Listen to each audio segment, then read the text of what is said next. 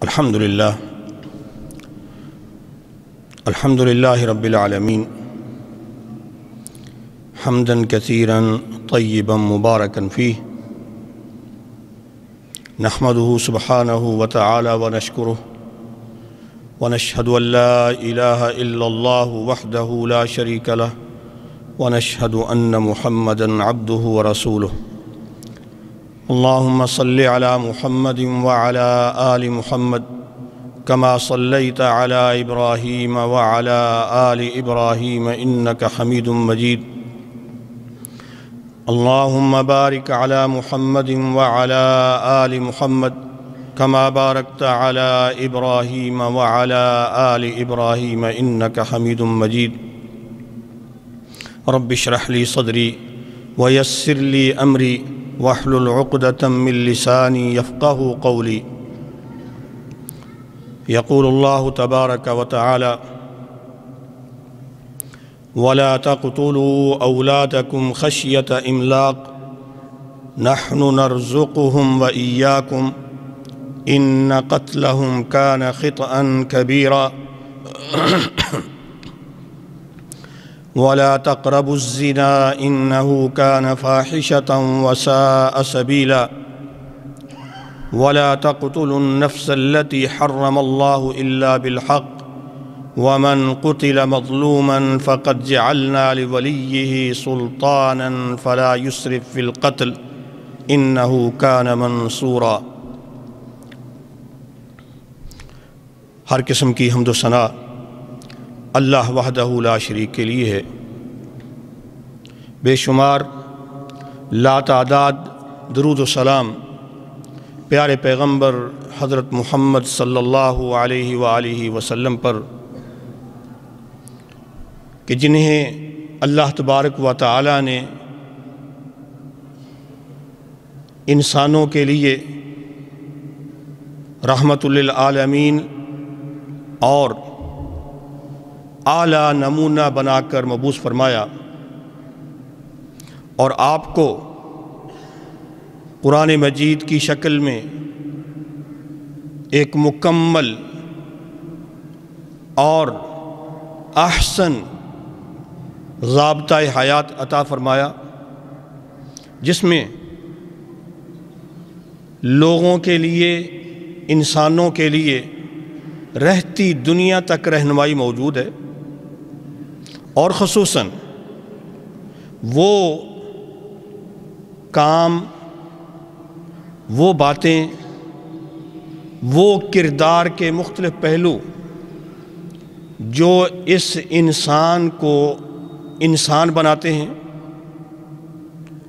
ان کی خاص طور پر تنبیہ کی گئی، بیان کیا گیا، یا وہ ایسے امور کو، ایسی چیزیں، ایسے جرائم اور گناہ جو اس انسان کو اللہ سے بھی دور کرتے ہیں، خود اس کی دنیا کو بھی برباد کرتے ہیں، اور یہ انسان پھر انسان نظر نہیں آتا اور بد اخلاق یا بد کردار نظر آنے لگتا ہے۔ ایسے تمام کاموں سے قرآن مجید کے اندر اللہ تعالیٰ نے بڑے واضح انداز میں منع فرمایا اور ان کا بیان فرمایا کہ اس سے بچو۔ ہم خطبہ جمعہ میں سورت بنی اسرائیل جو 15ویں پارے کے پہلے حصے کی سورت ہے، ان آیات پہ بات ہو رہی ہے۔ کچھ بات پچھلے جمعے میں ہوئی اور اس سے پہلے بھی۔ آج جن آیات پہ ہم غور کریں گے وہ سورت بنی اسرائیل یا سورت اسراء کی 31 نمبر آیت سے لے کر 39 تک ہیں، یعنی سورت بنی اسرائیل کا چوتھا رکوع۔ اور یہ میں اس لیے ذرا واضح کر رہا ہوں کہ فرصت میں گھر جا کر بھی قرآن مجید ترجمے والا لے کر اس کو کھول کر تھوڑا سا اس پہ نظر دوڑائیے گا۔ یہ جو قرآنی آیات جو حصہ ہم کہہ رہے ہیں، آج جس پہ ہم غور کریں گے، کچھ تھوڑی سی وضاحت کریں گے، ان میں اللہ تبارک و تعالی نے وہ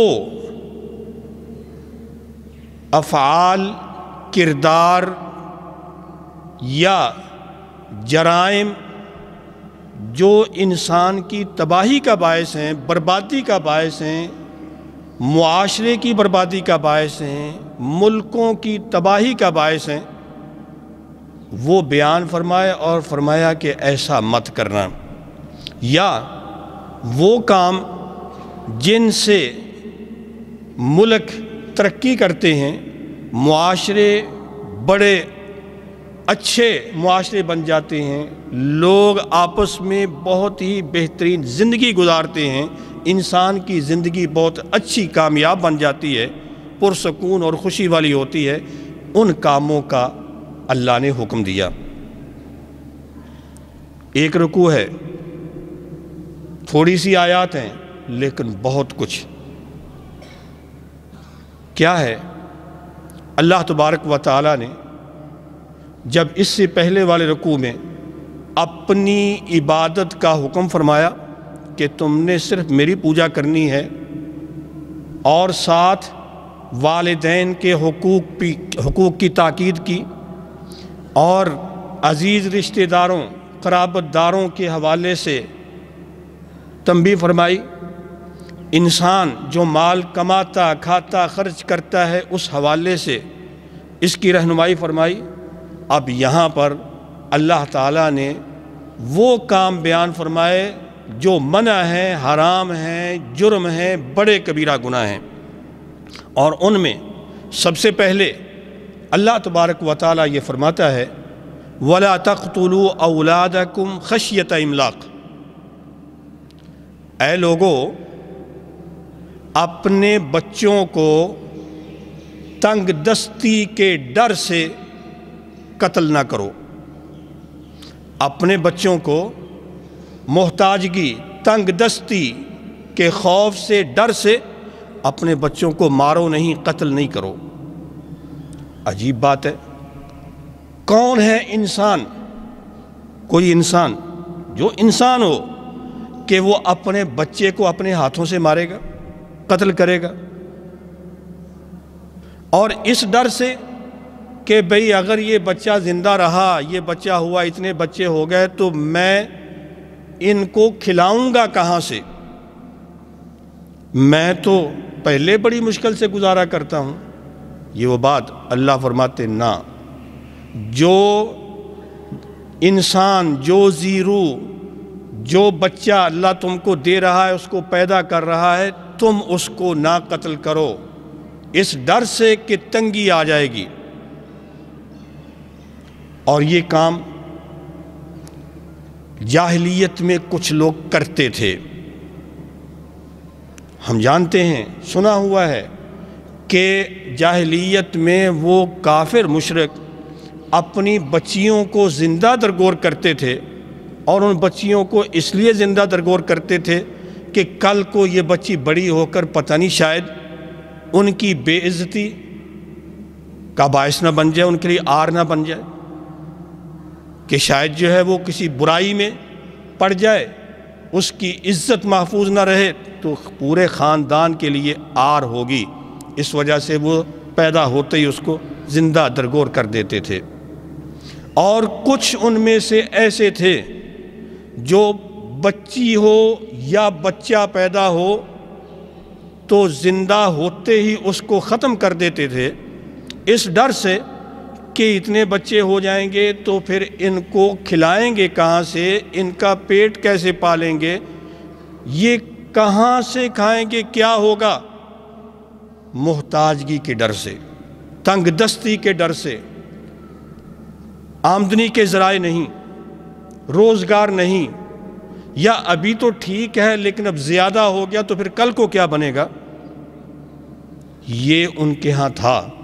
اللہ تبارک و تعالیٰ نے یہاں یہ فرمایا کہ خشیت املاق، اس تنگ دستی، فقر اور محتاجگی کے خطرے کے پیش نظر بچوں کو قتل نہ کرو۔ کیوں؟ نحن نرزقہم و ایاکم، ہم ان کو بھی رزق دیں گے، تم کو بھی دیں گے۔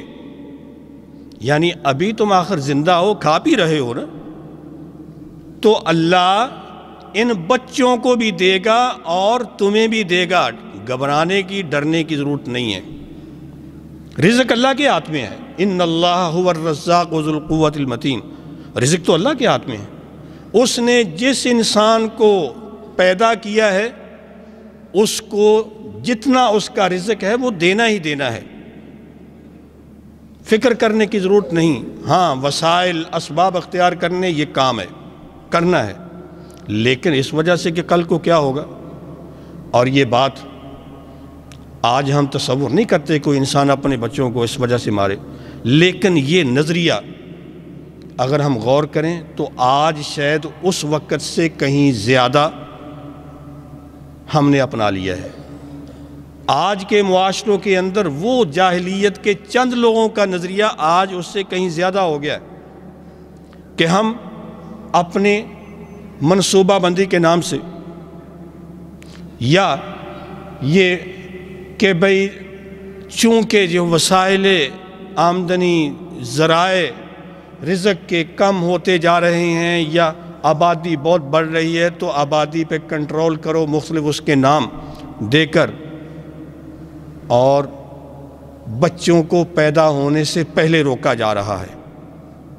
حقیقت میں یہ وہی نظریہ جو اللہ نے یہاں فرمایا کہ خشیت املاک، اس ڈر سے کہ کل کو کہاں سے ان کے لیے کچھ لے کے آئیں گے، کھانے کے لیے، پینے کے لیے، لباس کے لیے، گھر میں رہائش کے لیے، تعلیم، یہ وہ، تمہیں اس کا خطرہ ہے؟ نہیں۔ آج یہ نظریہ وہی نظریہ، لیکن مسلمان قرآن کو پڑھیں، سمجھیں۔ فرمایا ہے نحن نرزقہم و ایاکم، ہم ان بچوں کو بھی رزق دیں گے اور تمہیں بھی دیں گے۔ ان قتلہم کان خطئا کبیرا، ان بچوں کا قتل، ان کو دنیا سے معدوم کر دینا، یہ بہت بڑا گناہ ہے۔ اور اتنا بڑا گناہ رسول اکرم علیہ الصلوۃ والسلام سے عبداللہ بن مسعود رضی اللہ تعالی عنہ نے پوچھا کہ اللہ کے رسول ای الذنب اعظم، اے اللہ کے رسول سب سے بڑا گناہ کون سا ہے؟ آپ نے فرمایا ان تجعل للہ ندا وہو خلقک، اللہ نے تجھے پیدا کیا ہے لیکن تو اللہ کے ساتھ کسی کو برابر کھڑا کر دے، تو اللہ کے ساتھ شرک کرنے لگ جائے۔ پیدا اللہ نے کیا، دیا اللہ نے، لیکن تو دوسروں کا نام لے کے یہ فلاں بابا اور فلاں بزرگ، فلاں ہستی، فلاں مشکل کشا، یہ سب سے بڑا گناہ ہے جو شرک ہے۔ پوچھا ثم ایون، پھر اس کے بعد فرمایا ان تقتل ولدک خشیت ان یطعم معک، دوسرا اس کے بعد بڑا گناہ یہ ہے کہ تو اپنے کسی بچے کو اس لیے مار دے، دنیا میں نہ رہنے دے، دنیا میں نہ آنے دے کہ وہ تیرے ساتھ کھائے گا، تیری روٹی میں وہ بھی لقمہ لے لے گا، تیرے کھانے سے وہ بھی کچھ کھا لے گا، تجھے اس کا ڈر ہے، اس ڈر سے تو اپنے بچے کو ختم کر دے۔ فرمایا یہ شرک کے بعد بڑا گناہ ہے۔ اور پوچھا ثم ایون، پھر اس کے بعد فرمایا ان تزانی حلیلۃ جارک، پھر وہ بدکاری، وہ زناکاری جو تو یہ جرم کرے اپنے پڑوسی کی بیوی کی عزت لوٹ کر۔ پڑوسی تو پڑوسی کا محافظ ہوتا ہے نا، اسی لیے تو پڑوسی دیکھے جاتے ہیں۔ زنا اور بدکاری، یہ فحاشی، یہ بہت بڑا گناہ، اتنا بڑا گناہ کہ اسلام نے اگر شادی شدہ بدکاری اور زنا کرتا ہے تو اس کو سزا رجم دی کہ پتھر مار مار کر اس کو قتل کر دو، کیونکہ بڑا خطرناک ہے۔ اس میں عزتیں لٹ جاتی ہیں، خاندان تباہ ہو جاتے ہیں، منہ دکھانے کے قابل نہیں رہتے، کیا کیا کچھ ہو جاتا ہے۔ لہذا یہ تو بڑا گناہ، اور اسی وجہ سے یہ فرمایا کہ وَلَا تَقْرَبُوا الزِّنَا، اگلی آیت میں وَلَا تَقْرَبُوا الزِّنَا إِنَّهُ كَانَ فَاحِشَةً وَسَاءَ سَبِيلًا، کہ لوگوں زنا کے قریب بھی نہ جاؤ، کیونکہ یہ تو فحاشی ہے، بدکاری ہے، بڑی برائی ہے، بڑا گناہ ہے، بڑا خطرناک راستہ ہے۔ لیکن حدیث میں جب فرمایا کہ ہے بڑا گناہ، لیکن جب بندہ اپنے پڑوسی کی عزت لوٹے، اس کی عزت پہ حملہ کرے، تو پھر یہ اس سے بھی بڑا ہو جاتا ہے۔ اگر اپنے جاننے والے قریبی پڑوسی یا کسی بیوی، بیٹی، عورت، بہن اس کی طرف غلط نظر سے دیکھے تو یہ پھر جو ہے انسان نہیں، یہ کیا ہے؟ لہذا دوسرا بڑا گناہ یہ بدکاری، لیکن اس زنا کے بارے میں یہ نہیں فرمایا کہ زنا نہ کرو، فرمایا وَلَا تَقْرَبُوا الزِّنَا، زنا کے قریب نہ جاؤ، زنا کے قریب نہ جاؤ۔ اس کا کیا مطلب ہے؟ یعنی یہ برائی کرنا تو بہت دور کی بات ہے، لیکن اس برائی کے قریب تک بھی نہ جائیں، اس برائی کے قریب تک بھی نہ جائیں۔ دوست احباب سے، سب ساتھیوں سے گزارش ہے کہ SOPs پر عمل کریں، خصوصاً تھوڑے وقفے سے بیٹھیں، کیونکہ آپ کو پتہ ہے کہ اس سے پہلے مسجد کو بند کر دیا گیا تھا گورنمنٹ کی طرف سے جب نمازیوں نے SOPs عمل نہیں کیا تھا۔ لہذا ہم مسجد کو کھلا رکھنے کے لیے آپ ہی سب، ہم مسلمان بھائیوں کی بہتری اور اپنی عبادت کی خاطر اس کا خیال رکھیے، تھوڑا فاصلے سے بیٹھیں، جو پیچھے ہیں وہ پیچھے ہی بیٹھیں، قریب ہو کر نہ بیٹھیں، ذرا خیال رکھیے، اسی میں ہماری یہ بہتری ہے۔ تو یہ بات کہ جب یہ فرمایا کہ وَلَا تَقْرَبُوا الزِّنَا، زنا کے قریب نہ جاؤ، مطلب یہ ہے کہ کوئی ایسی بات نہ کرو جس سے کہیں کوئی شبہ نکلتا ہے، راستہ نکلتا ہے، کوئی ایسی نظر نہ اٹھاؤ جس سے شک پڑتا ہے، کہیں میل ملاپ، قریب مجلس، ادھر ادھر کوئی ایسی حرکت نہ کرو جس سے کہیں اس طرف کو خیال آ جائے، ایسی سوچ آ جائے، چاہے وہ غیر محرموں کے ساتھ اختلاط ہو، مختلط مجلسیں ہوں، ایک دوسرے کے ساتھ بڑے ہنسی مذاق میں مرد اور عورت کی باتیں، گفتگو، اور پھر فحش باتیں، پھر دیکھنا اور نکلنا، گھومنا پھرنا، کہیں پر بھی ایسا قریب تک نہ جاؤ۔ اور رسول اکرم علیہ السلام نے فرمایا یہ بات کہ یہ اتنا بڑا گناہ ہے، ایک تو یہ گناہ ہے، جرم ہے، پھر اس کی سزا ہے، لیکن یہ ایسی برائی ہے جس سے معاشرے کی تباہی، اور تباہی کس انداز میں؟ رسول اکرم علیہ السلام نے یہ فرمایا کہ 5 ایسی چیزیں ہیں، ایسے جرم ہیں جب لوگ کریں گے تباہی ہے۔ ان میں فرمایا ایک کہ جب لوگ یہ بدکاری، یہ زنا اس میں پڑ جائیں گے، عام ہو جائے گا، یہ فحاشی سرے عام ہو جائے گی، تو پھر ان لوگوں میں، اس علاقے میں، ایسی قوم میں وہ بیماریاں آئیں گی، ایسی وبائیں پھوٹیں گی، ایسے طاعون اور خطرناک قسم کے فتنے اور وبائیں آئیں گی جو پہلے کبھی سنی بھی نہیں تھیں، پہلے کبھی ہوئی نہیں تھی۔ آج ہم دل چاہتا ہے کہ مسجد میں آ کر جیسے پہلے نماز پڑھتے تھے ویسے پڑھیں، اپنے سارے کام ویسے کریں، لیکن کیا ہو گیا کہ یہ SOPs پہ پابندیاں ہیں۔ کیوں؟ جی یہ وبا اور یہ بیماری آ گئی، اس کا بھی علاج سمجھ نہیں آ رہا، ہر جگہ پہ سارے لوگ پریشان ہیں، لیکن وجہ کیا ہے؟ ہمیں پہلے ہی اللہ اور اللہ کے رسول نے بتلا دیا ہے، نبی علیہ السلام نے، کہ یہ بدکاری، زناکاری یہ ایسی برائی ہے جس قوم میں یہ عام ہو جائے وہاں وہ بیماریاں آتی ہیں جو پہلے کبھی سنی نہیں تھی، پھر ان کا علاج بھی نہیں۔ لہذا اب ان بیماریوں کا علاج بتا دیا گیا، حل کیا ہے کہ ہم جہاں یہ SOPs پہ عمل کرتے ہیں نا کہ دور دور کھڑے ہوں نماز میں بھی اور دوسری جگہوں پہ بھی، یا اب ہم اپنے چہروں کو ڈھانپیں، ناک کو، اپنی سانس کو روکیں دوسرے تک جانے سے، اس سے پہلے اللہ تعالیٰ نے فرما دیا کہ مرد اپنی نظروں کو نیچا رکھیں، عورتیں اپنی نظروں کو نیچا رکھیں، عورتیں پردے میں رہیں تاکہ یہ برائی نہ پھیلے۔ SOPs تو پہلے ہی آگے ہیں قرآن میں، حدیث میں، ہم کہاں ہیں؟ غور کرنے کی ضرورت ہے۔ اور پھر آگے چونکہ وقت کم ہے تو یہ آیات تھوڑے سے اشارے کرنے ہیں، یہ کتنے بڑے جرم۔ تیسرا جرم جو اللہ تعالیٰ نے یہاں جس سے منع فرمایا، فرمایا وَلَا تَقْتُلُوا النَّفْسَ الَّتِي حَرَّمَ اللَّهُ إِلَّا بِالْحَقِّ، کسی جان کو نہ حق قتل نہ کرو۔ قتل بڑا جرم، جہاں قتل ایک ہوا اس کے بعد پھر دوسرا، پھر تیسرا، مقابلے میں انتقام میں، اور سلسلہ کیا ہوتا ہے کہ پھر امن ختم ہو جاتا ہے۔ فرمایا کسی کو نہ حق قتل نہ کرو۔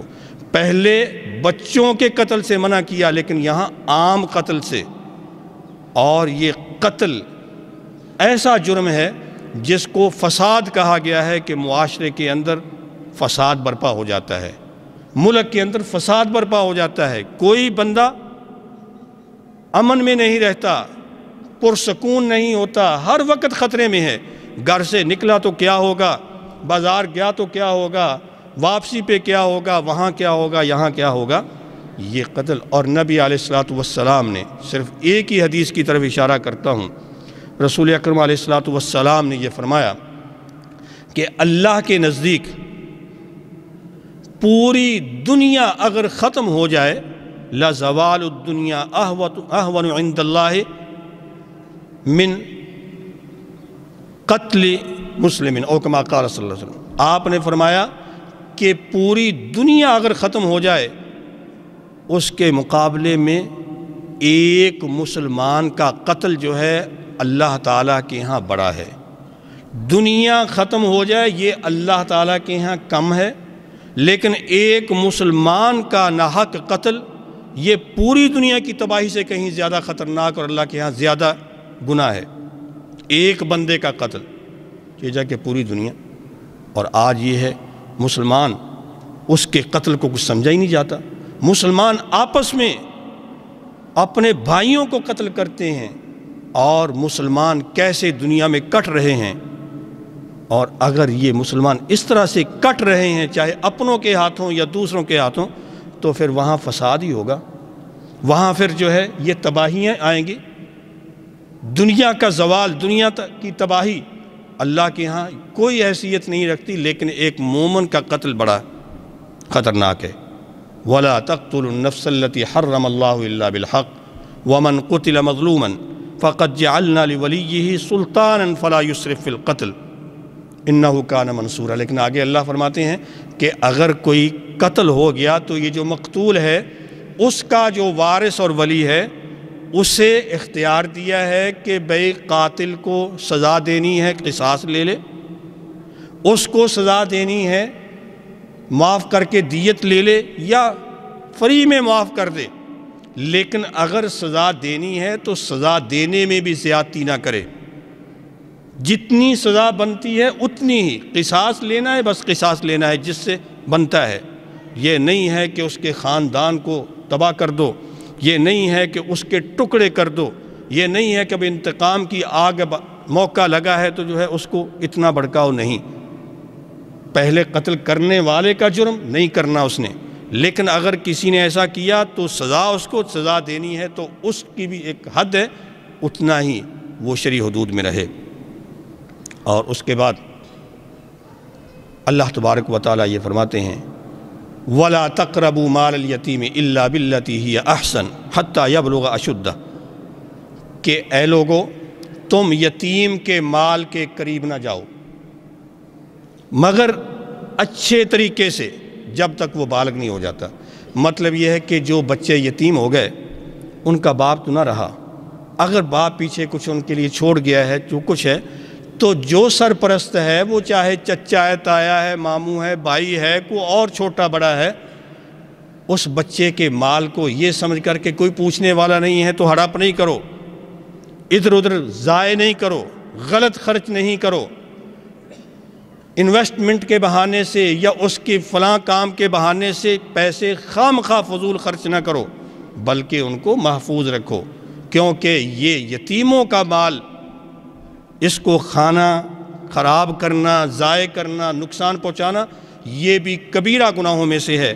اور وہ کبیرہ گناہ جن کو نبی علیہ الصلوۃ والسلام نے فرمایا کہ 7 ایسے کبیرہ بڑے گناہ جو لوگوں کی تباہی کا باعث ہیں، موبقات ہیں، ان میں شرک کے بعد پھر آگے قتل نفس کے ساتھ اکل مال الیتیم بھی فرمایا کہ یتیم کا مال کھانا یہ تباہی کا باعث ہے، یہ تباہ کرنے والے بڑے بڑے جرائم ہیں۔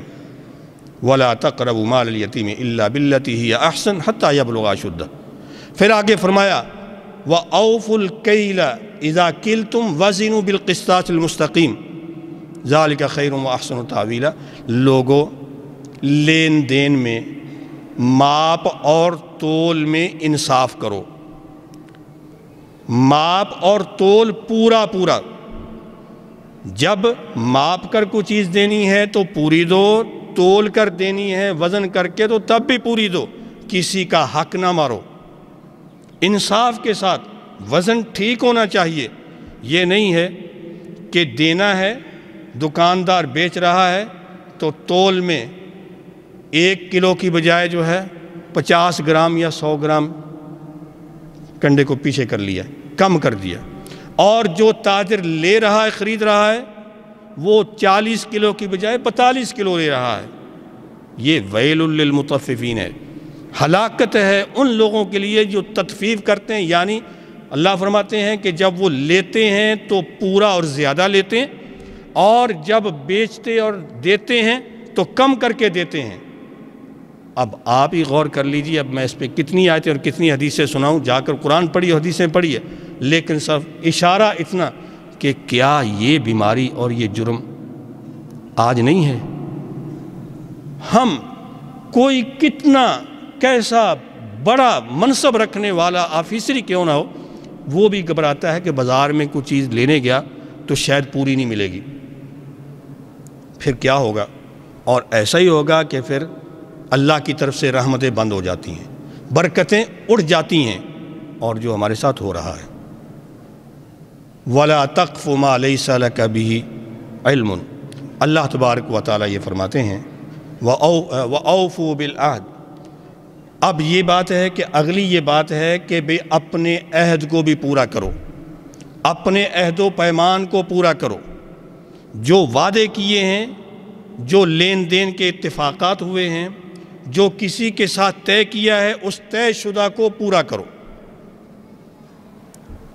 وَلَا تَقْرَبُوا مَالَ الْيَتِيمِ إِلَّا بِالَّتِي هِيَ أَحْسَنُ حَتَّى يَبْلُغَ أَشُدَّهُ وَأَوْفُوا بِالْعَهْدِ إِنَّ الْعَهْدَ كَانَ مَسْئُولًا وَأَوْفُوا الْكَيْلَ إِذَا كِلْتُمْ وَزِنُوا بِالْقِسْطَاسِ الْمُسْتَقِيمِ ذَلِكَ خَيْرٌ وَأَحْسَنُ تَأْوِيلًا۔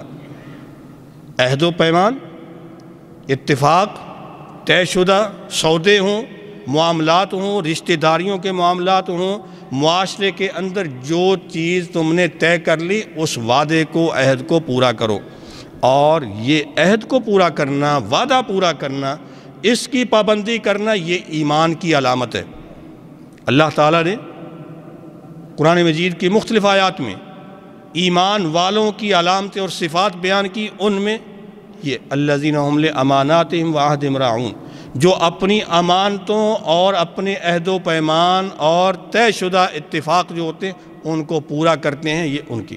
اور روایات میں یہ بھی ہے کہ یہ وہ صفت ہے، یہ ایسا اخلاق ہے جو انسان کو جنت میں لے کے جاتا ہے، یہ ایمان کی علامت ہے۔ اور اپنے وزن پورے کرو، اپنے ماپ پورے کرو۔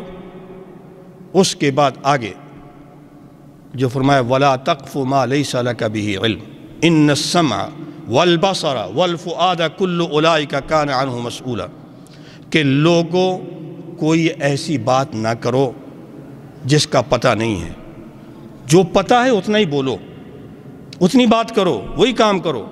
یہ نہیں ہے چونکہ بات ہو رہی ہے تو بیچ میں آ کر ٹانگ اڑائیے، نہیں جی ایسے ہے، میرے خیال میں ایسے ہے، نہیں جو وہ فلاں ایسے، بدگمانی نہیں، اپنے خیالات کا اظہار نہیں، بات اتنی کرو جس کا پتہ ہے، بغیر علم کے خواہ مخواہ فضول اپنے گمان سے دوسرے کے بارے میں، کسی کام کے بارے میں، دین کے بارے میں اٹکل پچو نہ لگاؤ۔ اور یہی چیز آج ہم میں بھی ہے کہ ہر بندہ یہ ظاہر کرنے کے لیے اس کو بہت پتہ ہے، چاہے ککھ پتہ نہ ہو کتنی باتیں کرتے ہیں، لیکن اللہ فرماتے ہیں ان السمع والبصر والفؤاد کل اولئک کان عنہ مسئولا۔ یہ کان جس سے انسان کو سن کر پتہ چلتا ہے، اور یہ آنکھ جو دیکھ کر انسان کو پتہ چلتا ہے، یہ دل، دماغ جو سوچتا ہے، جس کو علم ہوتا ہے، سب سے سوال کیا جائے گا، پوچھا جائے گا، حساب ہوگا کہ یہ بات کیوں کی، کیسے، تمہیں کہاں سے پتہ چلا، نہیں تھی، کیسے کی، جواب دینا ہے۔ وَلَا تَمْشِ فِي الْأَرْضِ مَرَحًا إِنَّكَ لَن تَخْرِقَ الْأَرْضَ وَلَن تَبْلُغَ الْجِبَالَ طُولًا۔ زمین پہ چلو تو اکڑ کر نہیں چلو، تکبر نہیں کرو، کسی کو اللہ کی نعمت ملی فخر نہیں کرو، اللہ نے صحت دی ہے، جوانی دی ہے، طاقت ہے، تو خام خواہ اکڑ کر نہیں دکھاؤ۔ اللہ نے پیسے دے دیے، مال و دولت دیا، بڑی گاڑی دی، تو گاڑی چلاتے وقت جو ہے بڑی گاڑی والا، نئی گاڑی والا اس انداز سے نہیں کہ جو چھوٹی گاڑی والوں کو ٹکر مارنے کی کوشش کرتا ہے ادھر سے ادھر گھما کر۔ ٹھیک ہے، بڑی کوٹھی، بڑی گاڑی، بڑے بندے کا بیٹا ہے، لیکن روڈ میں چلو، پیدل چلو، گاڑی سے چلو تو تم جو ہے فخر، تکبر، اپنے آپ کو بڑا دکھانے کے لیے نہیں، تم کچھ نہیں ہو۔ کیا زمین کو پھاڑ سکتے ہو؟ پہاڑوں کو کیا سر کر سکتے ہو؟ نہیں، تم کچھ بھی نہیں۔ نبی علیہ السلام فرماتے ہیں ایک بندہ پہلی قوموں میں بڑے تکبر سے اکڑ کر چل رہا تھا، اس کو زمین میں دنسا دیا گیا، وہ آج تک بھی زمین میں دنستا ہی چلا جا رہا ہے۔ اللہ کو یہ اکڑ اور تکبر پسند نہیں ہے۔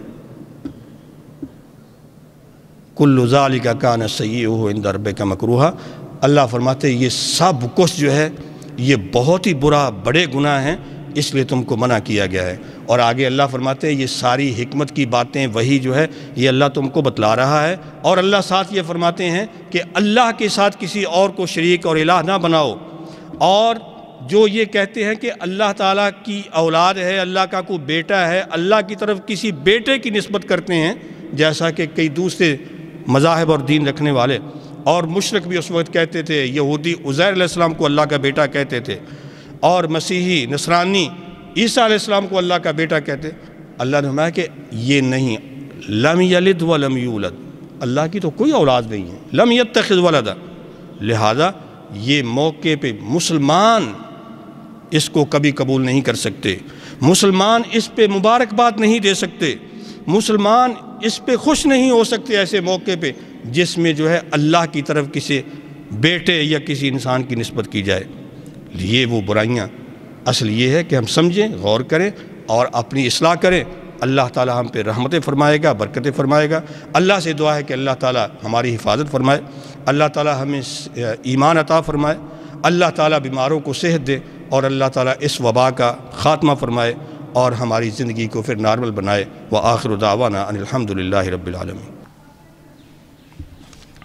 الحمدللہ نحمده ونستعینه ونستغفره ونعوذ باللہ من شرور انفسنا وسیئات اعمالنا من يهده الله فلا مضل له ومن يضلل فلا هادي له وأشهد أن لا إله إلا الله وحده لا شريك له وأشهد أن محمدًا عبده ورسوله صلى الله عليه وعلى آله وأصحابه ومن تبعهم بإحسان إلى يوم الدين وسلم تسليماً كثيرا. أما بعد، فيا عباد الله اتقوا الله تعالى واعبدوه ولا تشركوا به شيئا، واعلموا أن الله تعالى خلق الناس لعبادته وحده لا شريك له، وأمرهم بأوامر ليمتثلوها، ونهى عن الذنوب والآثام والسيئات ليجتنبوها، وحد لهم حدوداً ليقفوا عندها ولا ينتهكوها.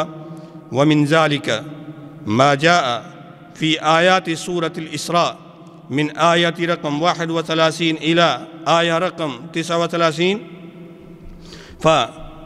بين الله سبحانه وتعالى الأفعال والذنوب والآثام ونهى عنها، ومن ذلك هذه قال الله عز وجل في هذه الآيات: ولا تقتلوا أولادكم من إملاق ولا تقتلوا أولادكم خشية إملاق نحن نرزقهم وإياكم إن قتلهم كان خطأ كبيرا، إلى آخر الآيات. فأيها الإخوة، هذه الآيات تشتمل على أحكام مهمة من المأمورات والمنهيات، فأولها النهي عن قتل الأولاد بقوله تعالى: ولا تقتلوا أولادكم خشية إملاق، أي خوف أن تفتقروا، خوف أن تقعوا في فقر وحاجة فيما يأتي من الحال لكثرة الأولاد، لذلك قدم الاهتمام برزقهم فقال تعالى: نحن نرزقهم وإياكم. ففي هذه الآية دليل على أن الله أرحم بعباده من الوالد بولده، حيث نهى الآباء عن قتل أولادهم، وقد كان أهل الجاهلية ربما قتل بعضهم ولده لئلا تكثر عيلته. وبين الله أن الرزق بيد الله سبحانه وتعالى، فهو الخالق وهو الرازق، فيرزق الأولاد كما يرزق الآباء. ثم أكد على عظم هذا الذنب بقوله: إن قتلهم كان خطأ كبيرا، أي ذنبا عظيما. وقد ورد في الصحيحين عن ابن مسعود رضي الله عنه قال: قلت يا رسول الله أي الذنب أعظم؟ قال: أن تجعل لله ندا وهو خلقك. قلت ثم أي؟ قال: أن تقتل ولدك خشية أن يطعم معك. قلت ثم أي؟ قال: أن تزاني حليلة جارك، فإن هذا قتل الأولاد ذنب عظيم من أكبر الذنوب. ثانيا قال الله عز وجل: ولا تقربوا الزنا إنه كان فاحشة وساء سبيلا، فنهى الله عز وجل عن الزنا، بل نهى عن مقاربة الزنا ومخالطة أسبابه ودواعيه كالاختلاط المحرم والنظرة المحرمة والكلام الفحش، فالزنا فاحشة ورذيلة وذنب كبير من الكبائر، سبب لوقوع الأمراض والأوجاع وانتشارها، كما جاء في حديث النبي صلى الله عليه وسلم أنه قال: يا معشر المهاجرين 5 إذا ابتليتم بهن وأعوذ بالله أن تدركوهن، وذكر منها: ولم تظهر الفاحشة في قوم قط حتى يعلنوا بها إلا فشا فيهم الطاعون والأوجاع التي لم تكن مضت في أسلافهم. فما أقبح جريمة الزنا، إنه ينتهك الأعراض ويبدد الأموال ويقتل الذرية ويهلك الحرث والنسل، عاره يهدم البيوت ويطاطع الرؤوس ويسود الوجوه. ثالثا قول الله تعالى: ولا تقتلوا النفس التي حرم الله إلا بالحق ومن قتل مظلوما فقد جعلنا لوليه سلطانا فلا يسرف في القتل إنه كان منصورا. فنهى عن قتل النفس بغير حق شرعي، فإنه من أعظم الجرائم وأبشعها، فقد قال صلى الله عليه وسلم: لزوال الدنيا عند الله أهون من قتل مسلم. وقال صلى الله عليه وسلم: اجتنبوا 7 الموبقات، وذكر منها: وقتل النفس التي حرم الله إلا بالحق. وأيضا قال عليه الصلاة والسلام: لا يحل دم امرئ مسلم يشهد أن لا إله إلا الله وأن محمد رسول الله إلا بإحدى 3: النفس بالنفس، والزاني المحصن، والتارك لدينه المفارق للجماعة. ومن قتل مظلوما فقد جعلنا لوليه سلطانا، أي سلطة على القاتل، فيكون ولي المقتول بالخيار في القاتل، إن شاء قتله قصاصا، وإن شاء عفى عنه بمقابل الدية، وإن شاء عفى عنه مجانا، ولكن لا يسرف في القتل، يعني لا يعتدي ولي المقتول في أخذ حقه، فلا يقتص من غير القاتل ولا يمثل بالقاتل. رابعا قوله تعالى: ولا تقربوا مال اليتيم إلا بالتي هي أحسن حتى يبلغ أشده فنهى عن التصرف في مال اليتيم إلا بما فيه خير له ونفع وحفظ وإضاعة مال اليتيم أو التصرف فيه وأكله بغير حق من الكبائر الموبقات السبع. وخامساً قوله تعالى وأوفوا بالعهد إن العهد كان مسؤولا، فأمر الله عز وجل بالوفاء بالعهد والعقد الذي يكون بين الناس حيث يسأل عنه كل شخص، والوفاء بالعهد خلق ملازم لأهل الجنة وصفة من صفات أهل الإيمان. قال تعالى وهم لأماناتهم وعهدهم راعون. سادساً قوله تعالى وأوفوا الكيل إذا كلتم وزنوا بالقسطاس المستقيم ذلك خير وأحسن تأويلا، فأمر الله بإيفاء المكاييل والموازين بالعدل والإنصاف لما فيه خير وصلاح لمعاش الدنيا وحسن العاقبة في الآخرة.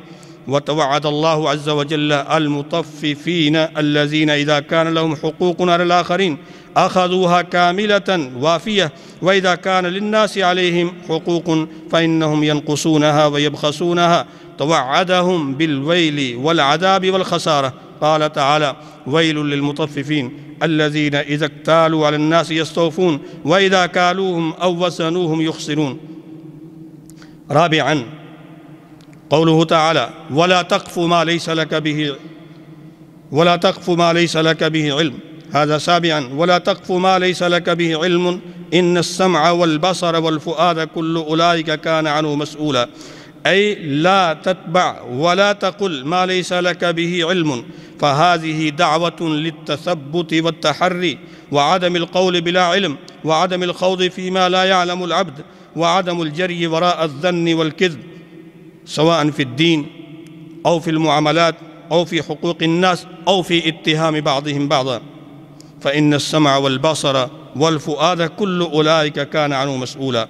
ثامناً قوله تعالى ولا تمشي في الأرض مرحا إنك لن تخرق الأرض ولن تبلغ الجبال طولا، فنهى الله عز وجل في هذه الآية عن التكبر والتجبر والتبختر في المشية، لأن الإنسان مخلوق ضعيف لا يقطع الأرض بمشيه ولا يبلغ الجبال بفخره وعجاب نفسه، بل يهلك بتكبره، كما قال عليه الصلاة والسلام بينما رجل يمشي في من كان قبلكم وعليه بردان يتبختر فيهما إذ خسف به الأرض فهو يتجلجل فيها إلى يوم القيامة. وبمقابل ذلك التواضع صفة حسنة، قال عليه الصلاة والسلام من تواضع لله رفعه الله.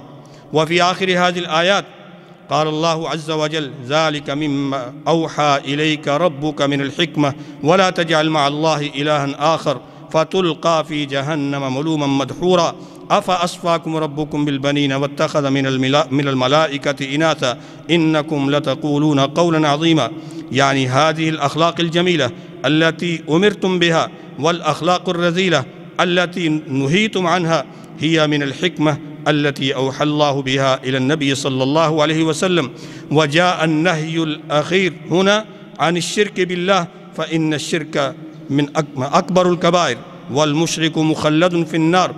ومن الشرك والكفر نسبة الولد إلى الله تعالى وهو منزه عن ذلك ولم يتخذ ولدا ولم يلد ولم يولد. أقول قولي هذا وأستغفر الله لي ولكم ولسائر المسلمين فاستغفروا إنه هو الغفور الرحيم.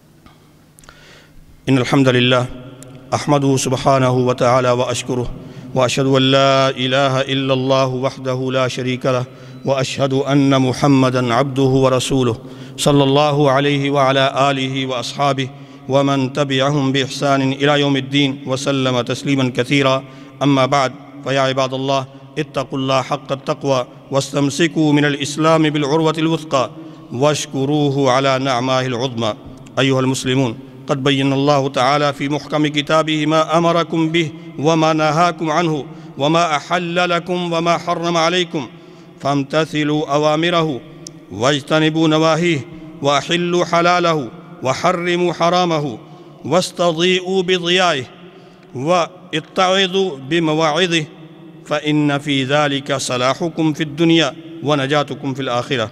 واعلموا يا عباد الله أن هذه الآيات رسمت منهجا متكاملا لبناء الإنسان على أسس سليمة وقواعد ثابتة من الحق والخير والإحسان، ففي اجتناب منهيات تلكم الآيات وإتيان مأموراتها ضمان لسلامة الإنسان وسعادته